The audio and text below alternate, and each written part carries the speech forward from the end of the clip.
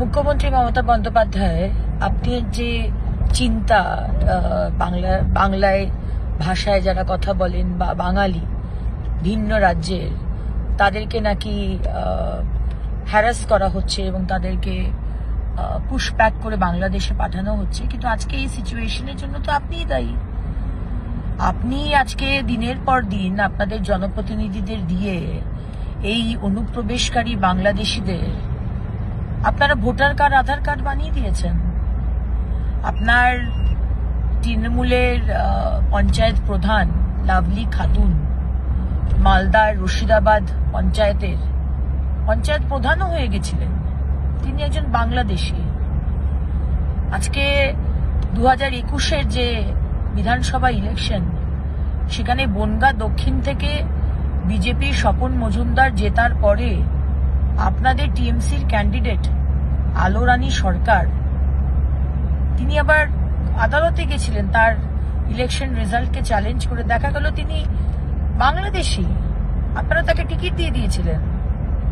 আজকে টেররিস্ট আনসারুল বাংলার শাহাদ আলী, রাদ আলী যাকে বলা হয়, বা শাহাদ আলী, সেই শাহাদ আলীর মুর্শিদাবাদে 2 জায়গায় ভোটার। কি করে 2 জায়গায় ভোটার হয় বলুন তো? ভোটার কার্ডটা কারা ইস্যু করে? আপনার ডিএম, আপনার বিডিও, আপনার এসডিও, আপনার সরকার। সুতরাং এই যে সিচুয়েশনটা আজকে অনুপ্রবেশকারীরা তারাও তো বাংলায় কথা বলে, বোঝা যাবে কি করে? দিনের পর দিন আপনাকে বলা হয়েছে জমি দেওয়ার কথা বিএসএফ কে, যাতে বেড়া বানানো যায়। আপনি জমি দেননি। এই কদিন আগে মাননীয় গৃহমন্ত্রী অমিত শাহজি আসার পরে ভয় পেয়ে, আমি এই কথাটাই বলছি, আপনি অমিত শাহজিকে ভয় পান। আপনি ভয় পেয়ে জমি দিয়েছেন, তাও পুরো জমি দেননি এখনো। দিনের পর দিন অনুপ্রবেশকারীদের ঢুকিয়েছেন আপনার ভোট ব্যাংকের জন্য। বাংলার মানুষ, সে হিন্দু হোক আর মুসলমান হোক, খ্রিস্টান হোক আর শিখ হোক, তাদের অধিকারকে আপনি আপনার ভোট ব্যাংকের জন্য ওই রোহিঙ্গা মুসলমানদের, বাংলাদেশ অনুপ্রবেশকারীদের দিয়ে দিয়েছেন।